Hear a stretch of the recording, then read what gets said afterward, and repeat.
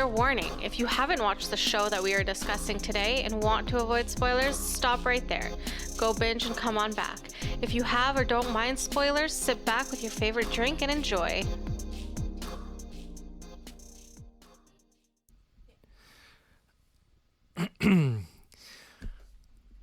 Hi guys, welcome back to Coffee and Dramas. This is season 2, episode 3. We hope you guys are doing well. Today we have a special guest. Our special guest from what did we do again? Oh yeah, Mystic Pop-Up Bar, episode 7 of season 1, I think it was. Oh, it's been a while actually. It's been quite a while. Okay, so it's May from Chocolata. She is going to grace us with her presence and her knowledge on subjects that we're going to talk about today. About the show, which is my all-time favorite show. I don't care what you think about it. I don't give a fuck. Is What's Wrong with Secretary Kim. I absolutely love the show. It's a romantic comedy with my favorite actor, Park Seo-joon, with Park Min-young, and Nadia and I's mutual favorite of all time, Kang Ki-young, who we've dubbed Mr. Funny Man, as well as a whole cast of office workers and secondary characters that are just absolutely awesome. The show deals with a lot of things. It is a romantic comedy. It does use a lot of cliches for its comedy. It trolls the friggin' cliches. But this show deals with a lot of childhood trauma. And that's what we're going to talk about today, is going to be childhood traumas, how we deal with it, how it affects us as kids into adulthood. And you'll see how well this show really portrays it in a romantic comedy style of show, right? Okay, so we have a special guest today, returning again for it's been a while. So May Huri from Chocolata is back to grace us with her presence. She'll be up on screen somewhere. So today we're actually talking about one of my favorite shows, May. My favorite show actually of all time. It's called What's Wrong with Secretary Kim. And it deals with it's a romantic comedy, but it deals with adult kind of issues with childhood traumas. And I think a lot of people don't really, when they watch the show, they don't really think about that part of the show. So I really want to emphasize that today. How it's the two main characters, well, technically the three main characters went through a really traumatic experience as kids, and then they grew up to be the way they are. And you can see throughout the show how they've held on to that trauma and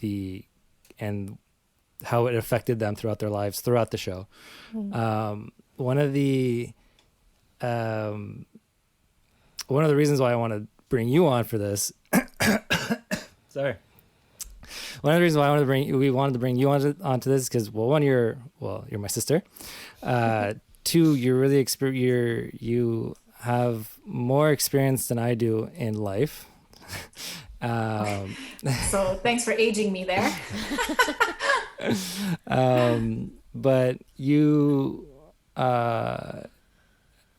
been like our spiritual guide for like the last several years. So I think it was better to have someone that is our kind of mentor kind of explain this, rather than us kind of fumble through it. Like,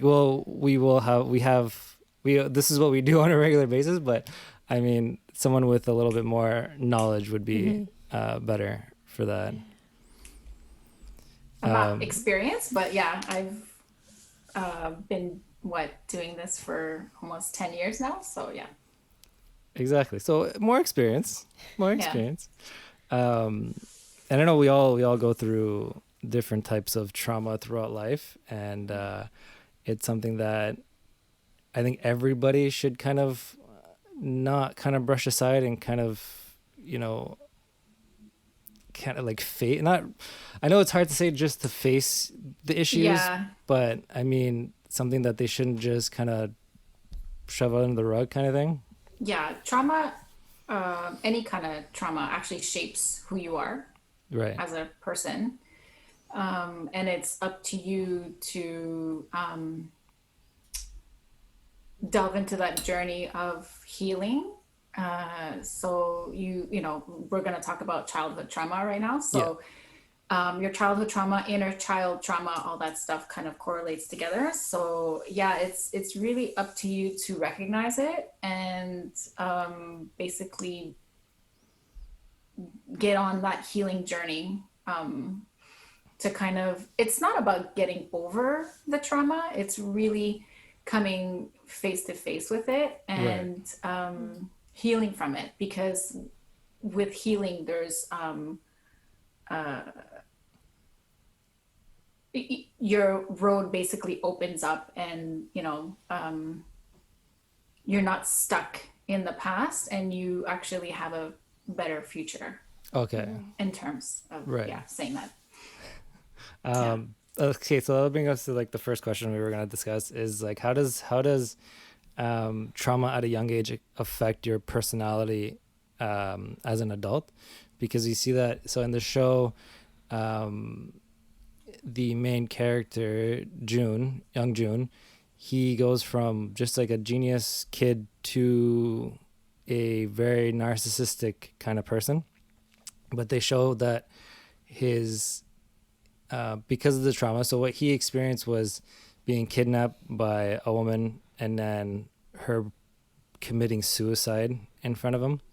So he went from being just this smart prodigy kid to growing up to not really liking women in a sense. Like he didn't let anybody, he was scared. Sorry, he was scared of women to the point that he didn't really let them touch him. So and then to being very narcissistic kind of thing. Like I don't want to say narcissistic, but that's the word they use in the show. And he's very like, in my opinion, he kind of creates like a wall, like a persona to kind of protect him. Yeah, that's your ego protecting you from bad stuff, basically. So when people talk about their ego, we're not talking about you being better than someone, but your ego is basically what develops over time, and it protects you from bad stuff, basically. So like he went through all of his trauma and he went through all that stuff. As he got older, his ego is protecting him from all of that again to happen. Yeah. So he will be, you know, a narcissist, and he will be, you know, he will take himself out of situations so that he protects himself, one, and so that he doesn't go through that again. Right. So that's something that, so like what, sorry, I'm trying to put my words together. So it really affects the way that you grow up, kind of thing. So he could have, if he didn't experience that trauma, like that event in his life, he could have turned out completely different, right? Absolutely. Yeah, absolutely. But everything happens for a reason, right? And it's sad to say, and you don't want to go through traumatic experiences, but every trauma experience or every experience actually shapes you to who you are today, and in your future. So it's it's tough to kind of comprehend the fact that we have to go through shit, but we will come out on the other side. But you have to know that there's a healing that goes with that, right? So if you don't know that, then your ego takes over and basically plans out your journey for you. We are supposed to walk side by side with our ego and not allow it to take over. We have to acknowledge it and make sure that, you know, we understand why the ego is there. Right. but we also have to allow it to take a back seat and allow our true nature to kind of come forth. And so this is where your healing journey comes in with all your trauma and your traumatic experiences. Yeah. So then the ego is more of like a self defense mechanism, Yeah. right? Yeah. And when the ego takes over, it goes from self defense to kind of like assault, right? Kind of thing. Yeah, and it's like, sorry, it's like the only analogy I can come up with. But it's like you have to figure out that your ego is your friend, right? But we don't know that. So we tend to, what society teaches us is that the ego is bad, and it's right now I think in the spiritual community, people are starting to understand what the ego is. So we're starting to see that the ego is actually there to protect us, to keep us safe. But we also kind of have to say that sometimes it's not a good thing to keep us safe, because then we sit in a box and we're not developing and we're not healing and we're not moving forward. We're kind of stuck in the past. So he's technically stuck in the past because he's allowing his narcissism to kind of come forth, and he's allowing his past to dictate his future. So he doesn't want to talk to women or doesn't want them to touch him because of that. Okay. Yeah. So it's a tough journey to take. Yeah. Yeah. And I mean, it's interesting because so in the what happens is he goes 9 years with Secretary Kim as his secretary, and then you see him kind of start his journey when she decides that she wants to quit being a secretary. So it triggers. Exactly. And you see it. What I love about the show is that you see it. You see him go from just with the ego protecting him to kind of starts to crumble. Like exactly. And he starts to change, and he starts to see things differently, kind of thing. So he'll go from he'll start by thinking like, oh, maybe she wants to quit because she's in love with me, and then he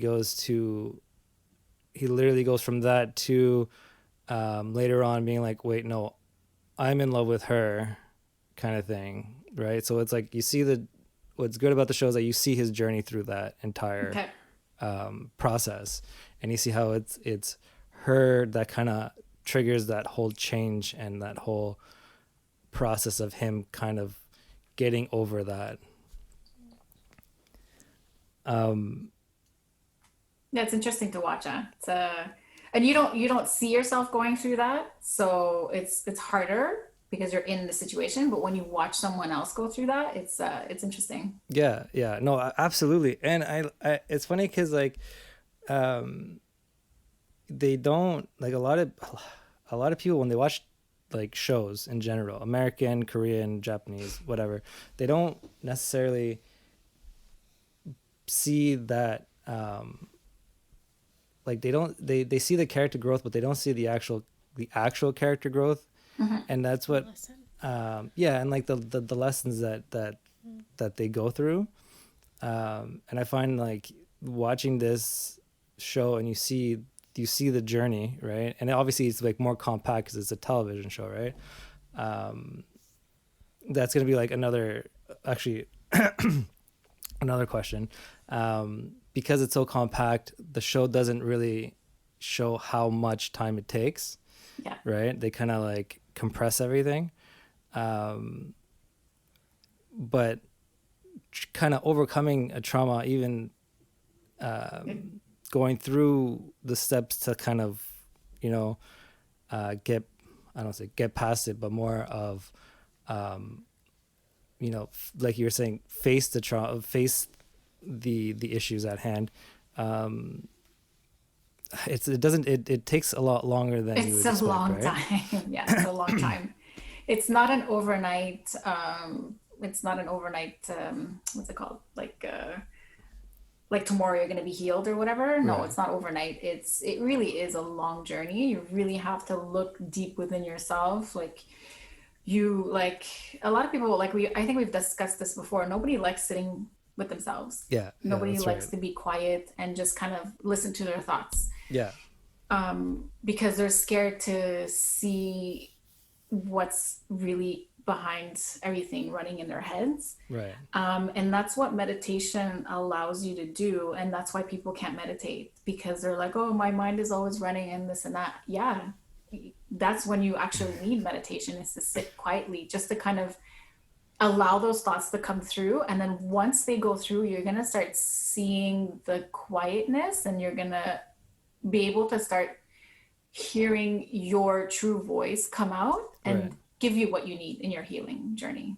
And I mean, in my opinion, like meditating kind of helps you kind of sort out those thoughts, right? So people Yeah. are like, oh, there's always something running through my mind. It's like, yeah, this will help you kind of sit down, slow down, and kind of sort through what all these thoughts that you're thinking about, Yeah. and kind of get through it, and then get past that, and then get to the quietness. Yeah, absolutely. One of the major things in the show too is so the main character goes through a trauma with as well as the female lead, but one of the things that happens is that after he was kidnapped as a kid, was it a few days, no, the days after he was like rescued, the brother, his older brother, goes through kind of like his guilt kind of eats at him, and then alters his mind state, where he's the one that believes that he was the one that he was kidnapped. Okay. And so my question is, how can a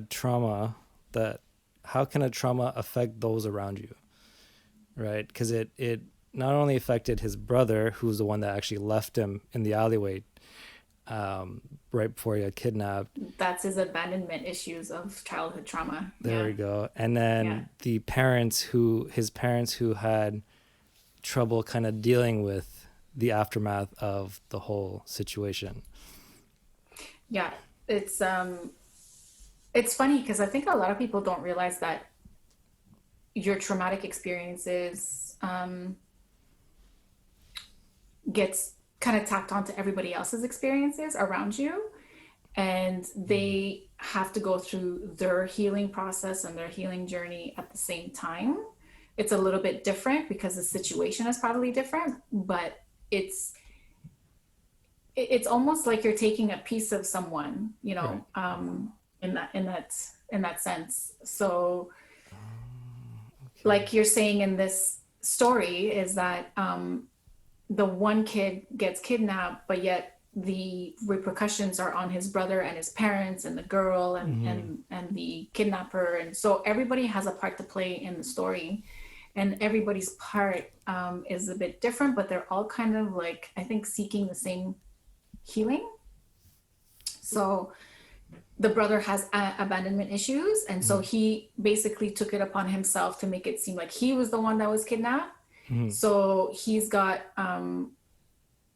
issues about himself, and he's probably grown up to be like, everybody likes me, everybody wants to be me, everybody, so I don't know the story, but it's probably that's what it That's good. And that's a trigger from that trauma.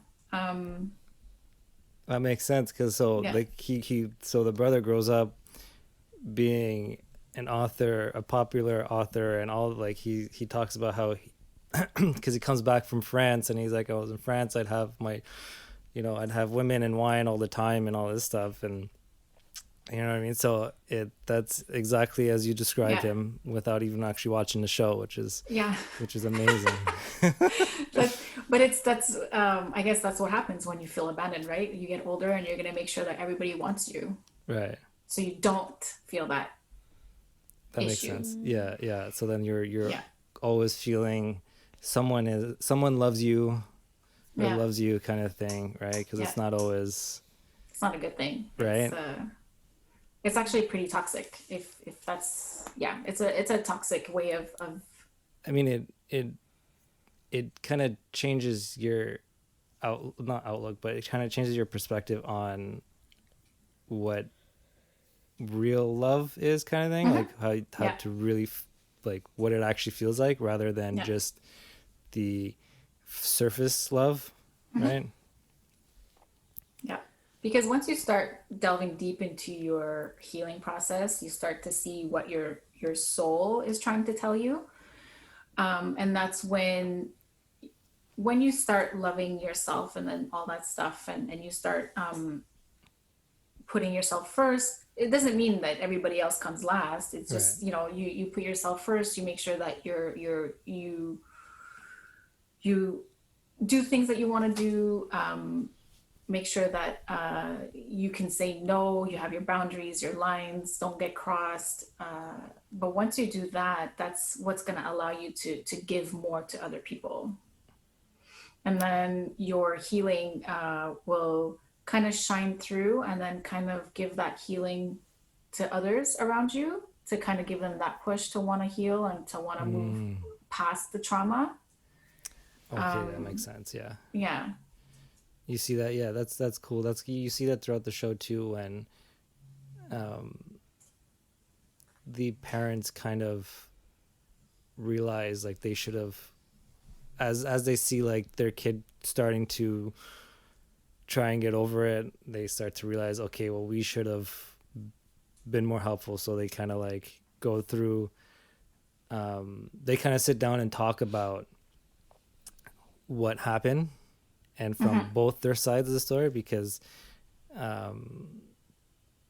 that's huge. That's another thing. Nobody talks about what's happened. Right. And so you see a distorted version, but then once everything is laid on the table, you're like, oh, that's what happened. Exactly. That's not what and I feel like, and we talk about this a lot on the show, is that in the Korean culture, it's very similar to our culture and the Arab culture, where it's like no one talks about their feelings.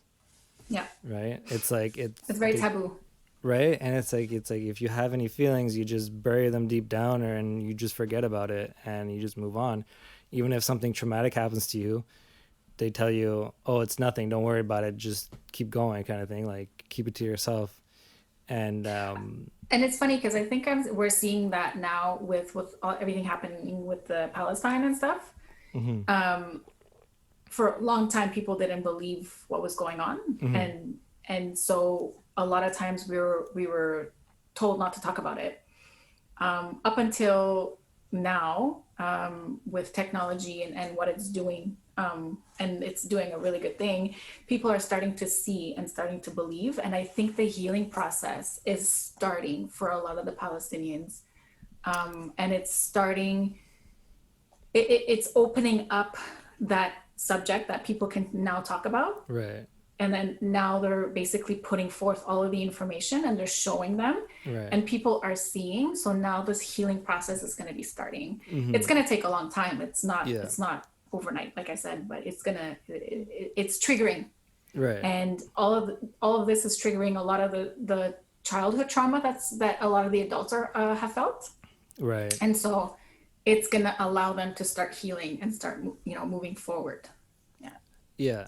Exactly. Yeah. And that's like a lot of things. That's a lot of different things in one, right? Because like there's a lot of media suppression for things that happen in the Middle East in general, and like a lot of different places around the world, like Africa as well. Yeah, absolutely. I mean, even in Asia and stuff like that, we have very little know what's happening. So. Right. And then with technology today, it's it allows more information to come out.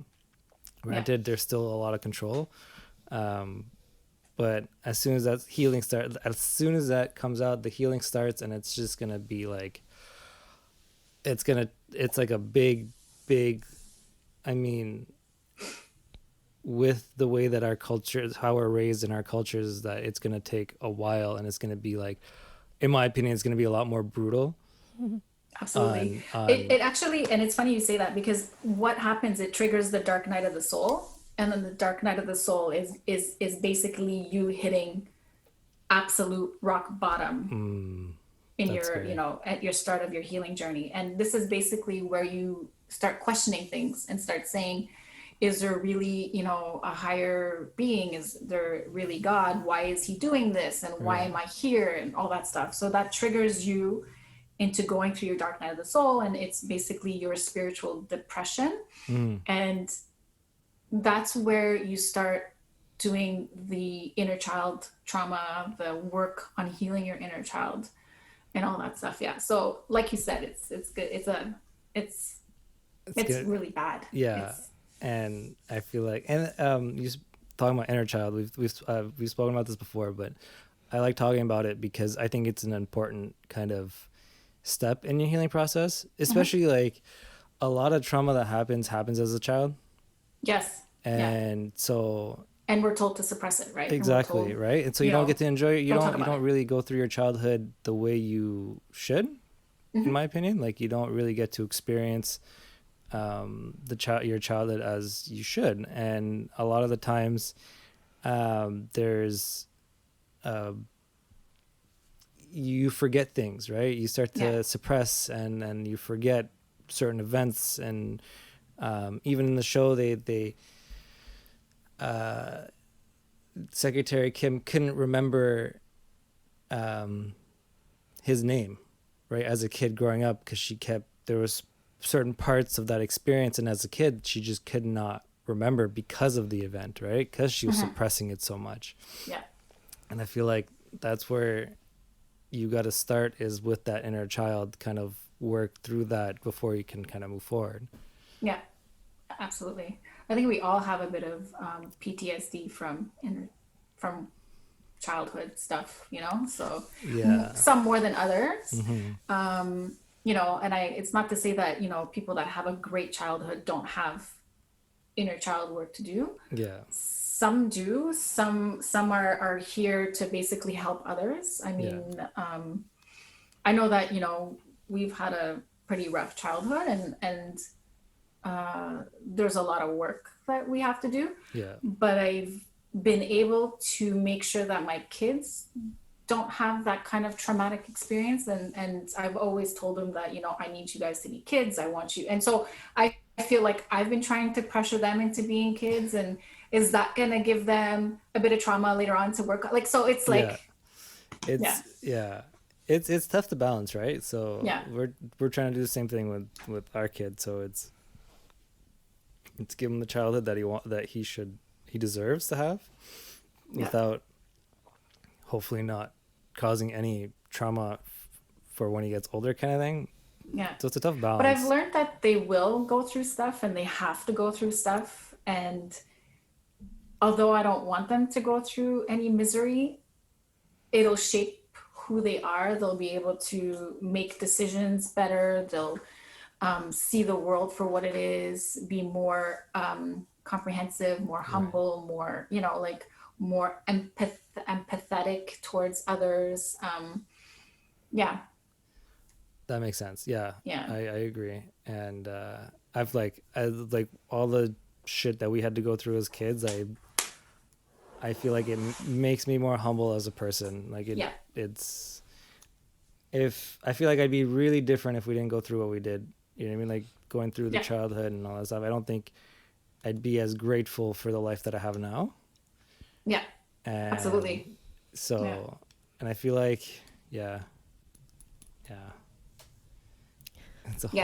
a whole other stuff. It's a whole other conversation. But we're good. We're absolutely. I don't know. I'm good. So I know, like, but it's a never ending process, right? It's a never ending work in progress, you know. I mean, things will come up, and then it'll trigger something, and then you'll be like, why the hell am I feeling like this? And you have to kind of go back in time to feel to knowing when was the first time you felt like that, and then why it's triggering it now.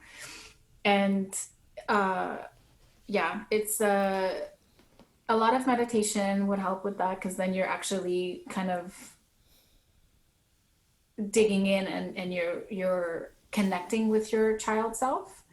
Journaling helps with that too. You know, you writing a letter to your child self. Yeah. Automatic writing, like that's where you let everything come out. You just write without any acknowledging, not like without acknowledging what you're writing, just you're allowing it to spew. Okay. That's Yeah. interesting. And then basically, and then talking to your child self. What would you tell your child self? What does your child self need in terms of comfort? What did they need? Like, did they need more love? Did they need more acknowledging? So like it's a lot of digging through of what you as an adult want that you were missing out when you were a child. Interesting. Yeah. Yeah. That's awesome. There's actually a show before we move on. There's actually a show called Hello Me on Netflix. It's a Korean drama, but it's all about like inner child healing. But what it is that the main character, her 17-year-old self pops up in present time. So she gets to deal with her child self in real life kind of thing. I wish. Oh my God. Right? Yeah, I wish. It's really cool. If you have any time on your hands, because I know you're always busy. Yeah. It's a good show to watch. Kind of like you get to see it's really well done. It's really well done, and you see you see the impact that healing your inner child has on your present self. So I really recommend it. I recommend it, especially Nadia. There's one more thing I was gonna talk about was the self-sacrificing. It's so the main character, so Young Joon, what he does is after his brother develops these false memories, all they do as kids would be fighting all the time. And so what Young Joon does is he faints, he pretends to faint, and then wakes up without remembering anything, pretends to forget everything that's happened. So he thought it was a good idea to kind of sacrifice his kind of well-being so that the family could move on. And it went to shit, right? Like you see how it didn't help his relationship with his brother. It didn't help, like his relationship with his parents was fine, but it was still kind of a little strained. Because you're holding back. You're not. You're hiding. You're holding back. You're not really giving. You're like you said, self-sacrifice. You're basically sacrificing your well-being for the other people around you, so they don't feel bad. That's it. Yeah, exactly. And that's what I was gonna say. Like, it's not the smartest thing to do.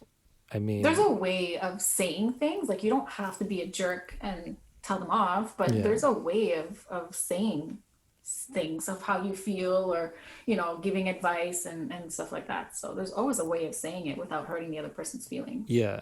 And I feel like as kids, I think it's a little bit difficult as kids because they don't fully understand, right? So I think. Well, we're always told not to say anything, right? The way we grew up in the Middle Eastern household is you don't talk when your parents talk to you. Yeah. No talking back, and no letting them know how you feel.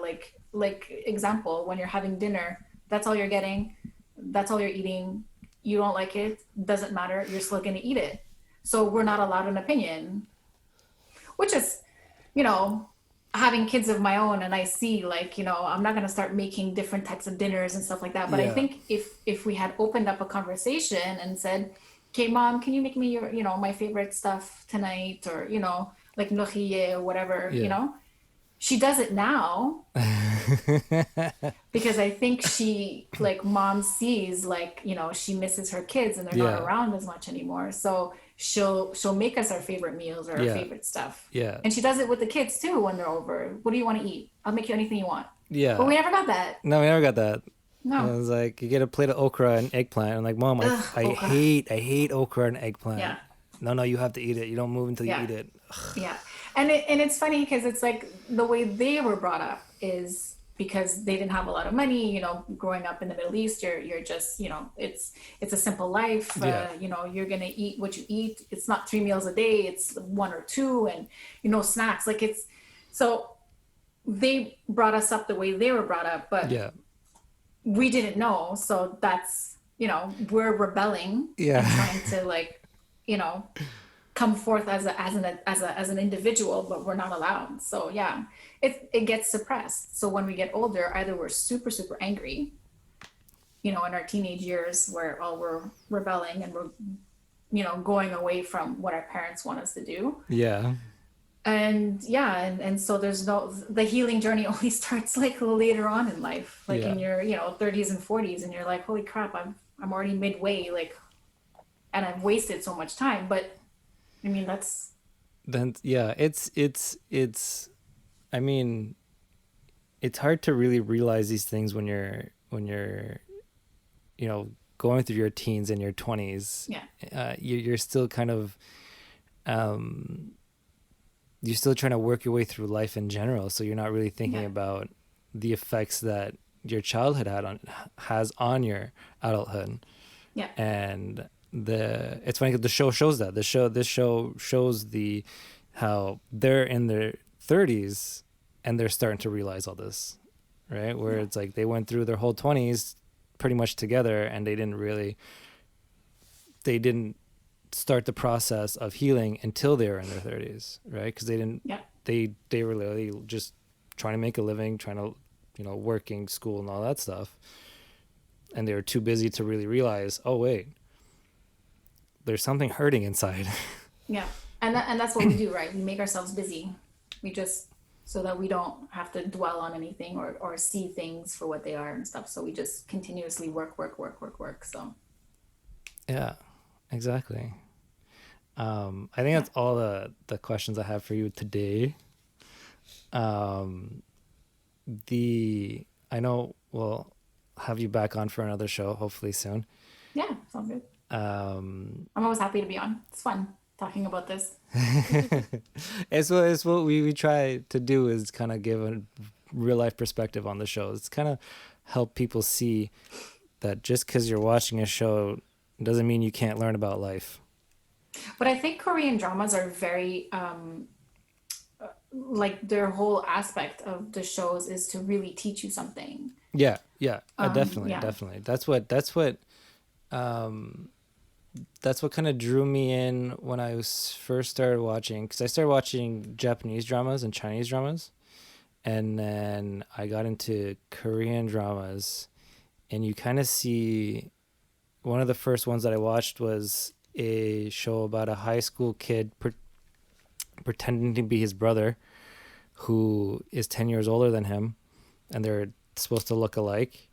And he falls in love with a girl that's 10 years older than him. So he's 18, she's 28, and that's not the norm, especially in Korea. It's it's never the woman that's older, it's always the man. It's just like the Middle East, right?